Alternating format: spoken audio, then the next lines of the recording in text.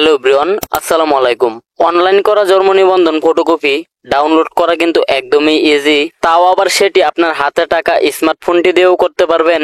আপনি চাইলেও পরে আবার কম্পিউটার থেকে পিন করে বের করতে পারবেন। তো আসুন দেখে দেই কাজটা কিভাবে করবেন। প্রথমেই চলে আসবেন ক্রোম ব্রাউজারটির মাধ্যমে। এখান থেকে আপনাকে ভেরিফাই বিডি লিখে সার্চ করতে হবে। এছাড়াও এই ভিডিওর ডিসক্রিপশন বক্সে এবং ফার্স্ট কমেন্টে আমি ওয়েবসাইটটার লিংক দিয়ে রাখবো, চাইলে সেখান থেকেও ট্যাপ করে ওপেন করতে পারবেন। এটা লিখে সার্চ করে দেওয়ার পর প্রথমেই যে ওয়েবসাইটটি দেখতে পাচ্ছেন এটির মাধ্যমে ক্লিক করে দিবেন। দেন এরকম একটি ওয়েবসাইট ওপেন হবে। এখানে যদি একটু লক্ষ্য করেন দেখতে পারবেন এখানে তিনটি কালি বক্স রয়েছে। প্রথম বক্সটির মাধ্যমে দিতে হবে আপনার জন্ম নিবন্ধনের বার্থ রেজিস্ট্রেশন নম্বর এবং 2 নম্বর বক্সটির মাধ্যমে দিয়ে দিবেন আপনার জন্ম তারিখ, ডেট অফ বার্থডে। তবে জন্ম তারিখটা দেওয়ার ক্ষেত্রে অবশ্যই প্রথমে দিবেন বছর, তারপর মাস, তারপর দিন দিয়ে দিবেন। এখানে 3 নম্বরে যে বক্সটি দেখতে পাচ্ছেন সেটি হচ্ছে একটা ক্যাপচার বক্স।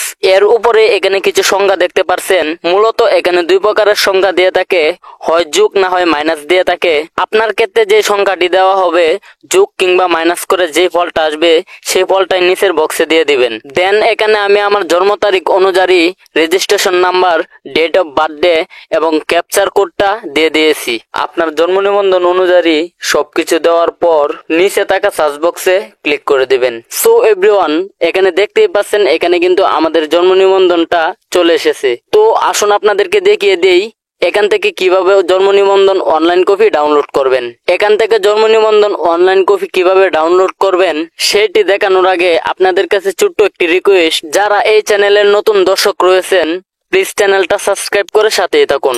সো জন্ম নিবন্ধন অনলাইন কপি ডাউনলোড করার জন্য এখান থেকে উপরে টি ডটে একটা ক্লিক করে দিবেন।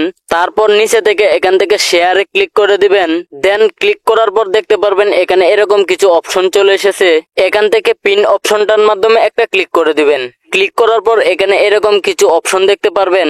এখান থেকে রাইট কর্নারের উপরে যদি একটু লক্ষ্য করেন দেখতে পারবেন একটি পিডিএফ নামে অপশন রয়েছে, এখানে একটা ক্লিক করে দিবেন। সো ক্লিক করার পর এখানে আপনাকে একটা ফাইল চয়েস করার জন্য বলা হচ্ছে।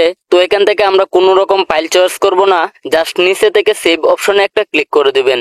সো অলরেডি কিন্তু আমাদের ফোনে জন্ম নিবন্ধন অনলাইন কপি সেভ হয়ে গেছে। তো অনলাইন কপিটা আপনারা কিভাবে খুঁজে পাবেন তো আসুন আপনাদেরকে দেখিয়ে দেই। প্রথমেই চলে যাবেন এখান থেকে ফোনের ফাইল অ্যাপ্লিকেশনটির মাধ্যমে। এবার ডাউনলোড অপশনে একটা ক্লিক করবেন। ক্লিক করার পর এখান থেকে উপরে আপনার অনলাইন জন্ম নিবন্ধন কপিটা পেয়ে যাবেন। তো এভরিওয়ান, এই ছিল আজকের আমাদের ভিডিওটি যদি ভালো লেগে থাকে তাহলে চ্যানেলটা সাবস্ক্রাইব করে সাথেই থাকুন।